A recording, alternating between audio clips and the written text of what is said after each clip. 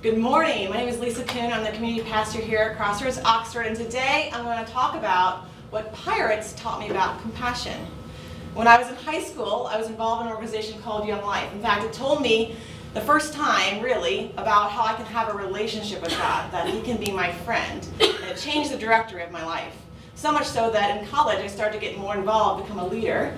And in a summer, where camps are the big thing for Young Life, it's like a resort for high school kids, unlike anything you've ever experienced. In the summertime, I was like, I love this so much. I want to give for free a month of my summer away so that I could work at a camp. So I put my name in a hat, and I was really hoping that they would select me. They did. And about a couple days before camp, you get your assignment. And I knew what camps were like, and I knew what the good assignments were.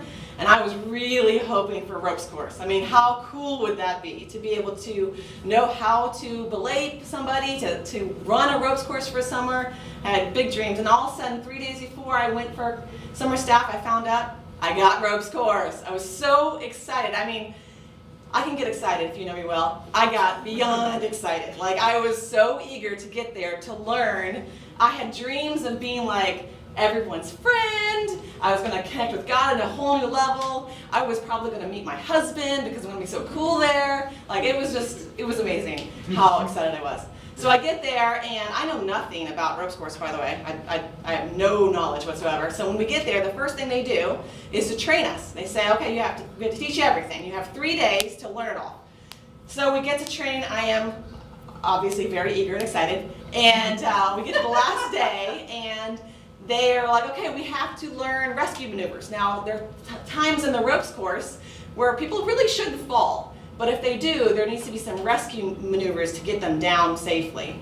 And I was like, that seems weird. But he's like, hey, I just need a volunteer, a victim, to be our person that we need to rescue. And I'm super excited and eager, so I shot my hand up like, yes, I'll do it, rescue me. So he said, okay, get up on the ropes course. I get up on the ropes course. There's a picture of it that actually is the ropes course that I did. And right here in the middle is where he told me to go. It's a part of the ropes course that's just a beam that you're supposed to walk across. I get there, and he said, okay, great, now jump off. I was like, oh, what did I do? So I don't want to be uncool, right? I want to be brave. And I'm looking down, and this seems so much taller than 4 stories. It's like top of the Empire State Building to me. And I'm like, okay, I'll sit down, and maybe when I fall off that way, it'll be less of a fall. Another problem is that this rope that I'm hanging from is a static rope, meaning it has no give. So when I fall, it's going to be a, like really not fun to do. So I get down, I lower myself on the board, I sit there, and I still know I'm going to be dropping 4 to 5 feet. It's going to be really painful.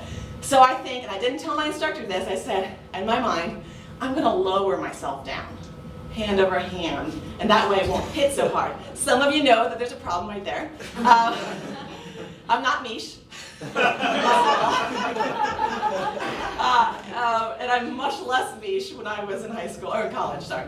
So I sit down, I have my idea, I pop my butt off, and instantly the rope just runs right through my hands, super fast. I land with a thud, I look at my hands, and they are like white hamburger meat, dripping with blood and wetness, and it was awful. I just started weeping, just crying. So what started as an exercise ended in an emergency. And they had to then figure out a way to cut me down, get me to the hospital, and I got 2nd-degree burns on my hands. I went to the doctor, I'm like, okay, well, how do I treat this? And he's like, well, you're gonna have to put this balm on your hands every 3 to 4 hours and keep your hands wrapped and keep on changing the wrappings every, like, three times a day, basically. So I came back to camp looking like this, and I wanted to give you a visualization of this because it's something else. When I came back, all my friends were, just felt awful for me. But can you imagine working at a ropes course and students coming up and they're trusting their life in your hands and you look like this, right? So clearly I wasn't able to do the job of my dream, and they were like, you're going to have to sit it out. You can't be a ropes course person. And I was just devastated. But I'm still pretty excited about being at this camp. So I was like, okay, well, how else can I be helpful? What else can I be a part of? And the campers are just arriving. This is day 3, by the way, that I'm looking like this. And the campers arrive, and the first thing they do at the evening is an obstacle course. It's through the woods, it's nighttime. And I said, can I be involved with this? And they said, sure. Why don't you run the cargo net over the mud pit, and your entire job is just to spray them with water. That sounds awesome. Yeah, I'll do that. And so I get up there, all the campers go through. I'm just having a blast, just dousing them, laughing a lot. It's a great time. My hands don't bother me too much. And then the last campers come through. And they get to the mud pit, and it's dark, and it's cold, and they're wet, and they're tired. There's a reason why they're the last campers through. And they get there like, no, we're not doing that. And my job is to convince them, no, you got to, you can do it, you know. And they're like, no. And then one of the kids spoke, said, we'll do it if you do it. And you don't challenge Lisa Kuhn. And so I was like, okay, fine. And so I took a running leap and I dove right underneath the cargo net into the mud. The problem was, it wasn't just mud. There was a stick pointed directly at me, and it went right into my eye.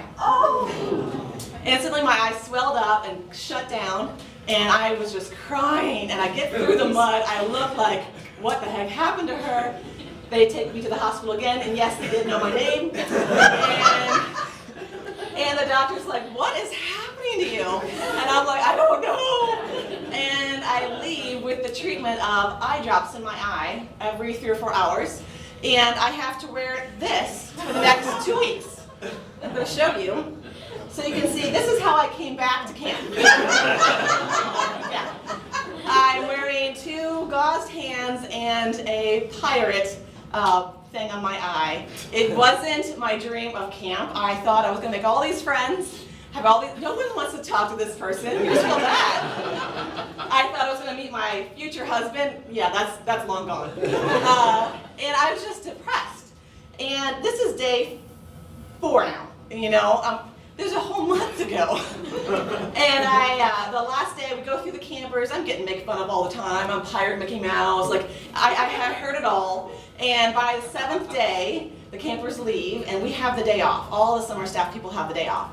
And we were told we can go to town and have a good time, relax. And I'm like, I am going nowhere.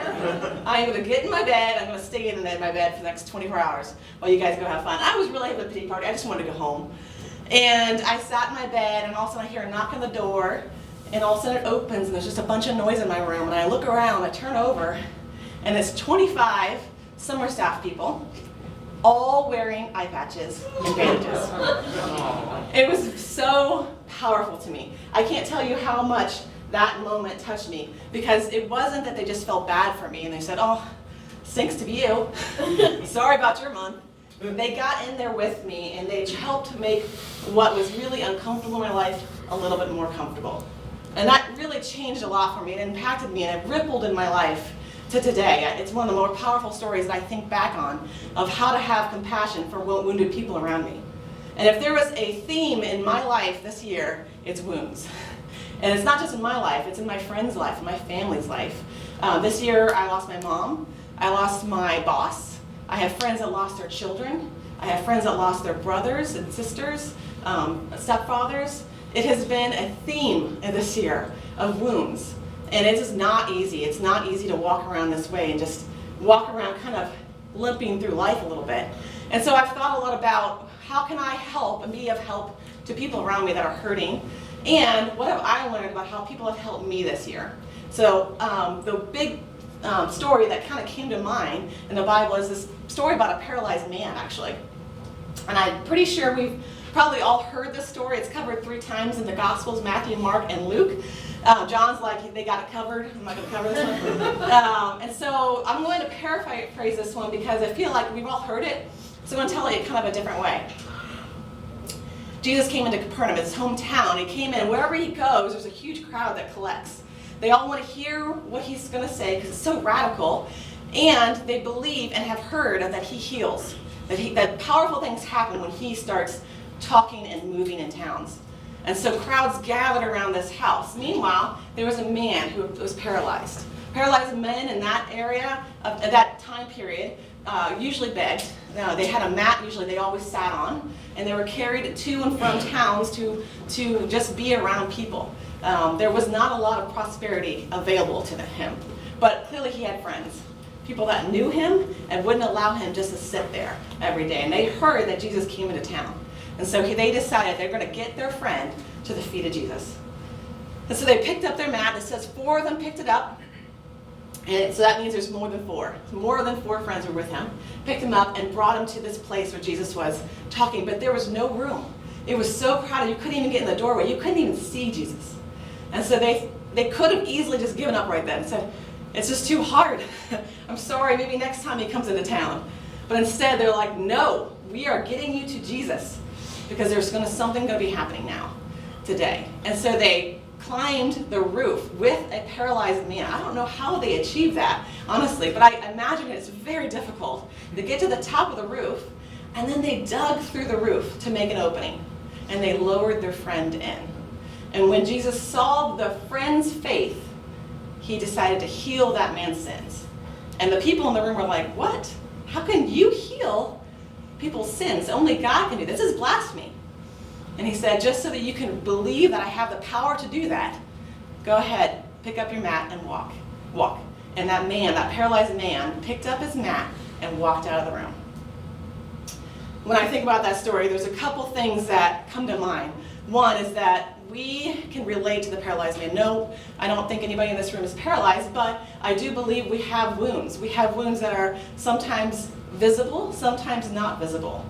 And I think there's some powerful things to learn from this story that can help us help our friends and understand that how we can be helped.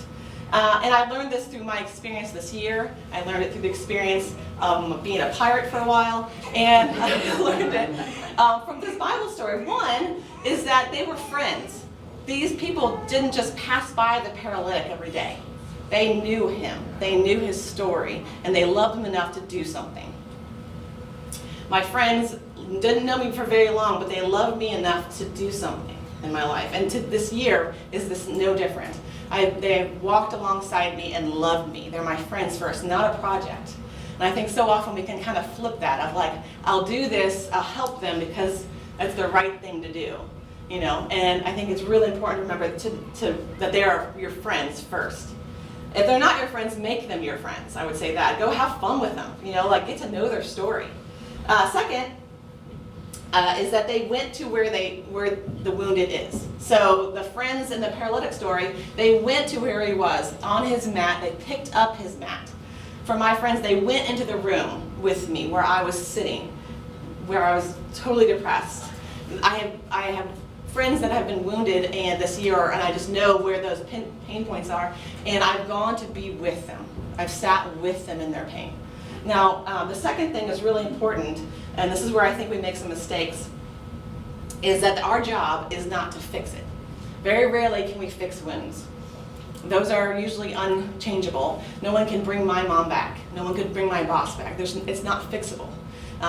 So when someone tries to fix it or make it better, it actually hurts worse, right? And I think that's true for a smaller scale.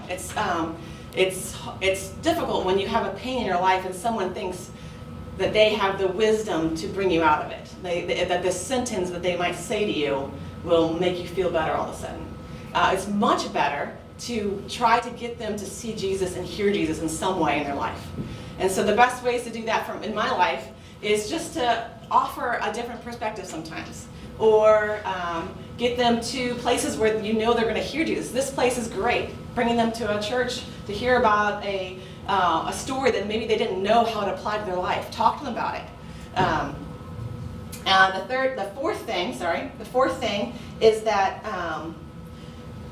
when we bring people to Jesus, we should expect change. We should expect a transformation. When the paralyzed friends, the friends of the paralyzed man, when they brought that man to Jesus, they didn't think it was going to just be a normal day. They knew something big was about to change. And they expected it. They believed in it. And they didn't want the paralyzed man to be the same. But so often, when we are wounded, we have friends that are like, gosh, I can't wait till Lisa goes back to normal. Old Lisa comes back. And that's pretty painful for me because it's never going to come back. That person's gone. Sorry.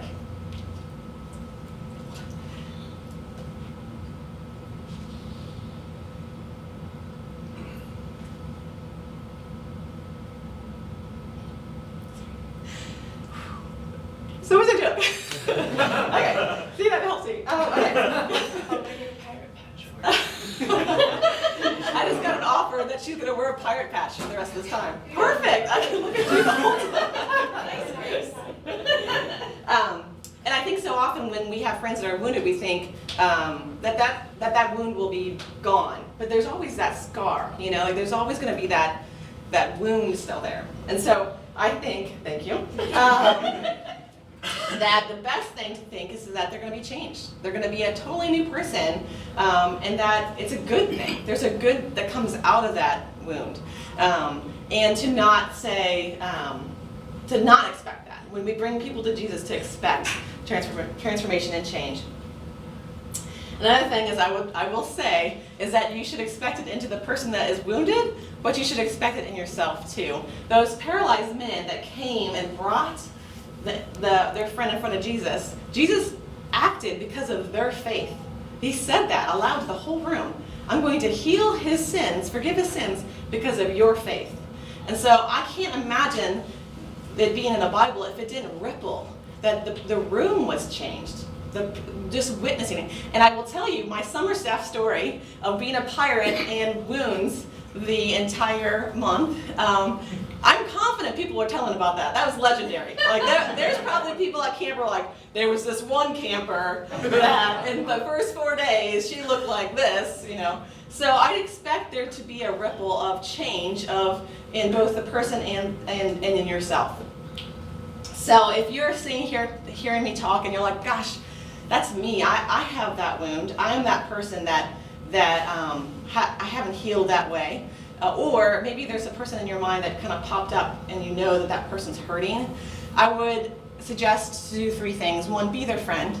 Go make them have fun somehow. 2, go be with them. Go spend time with them. Do something with them. 3, bring them to Jesus somehow. Somehow help them to hear his voice better. And then 4, expect change.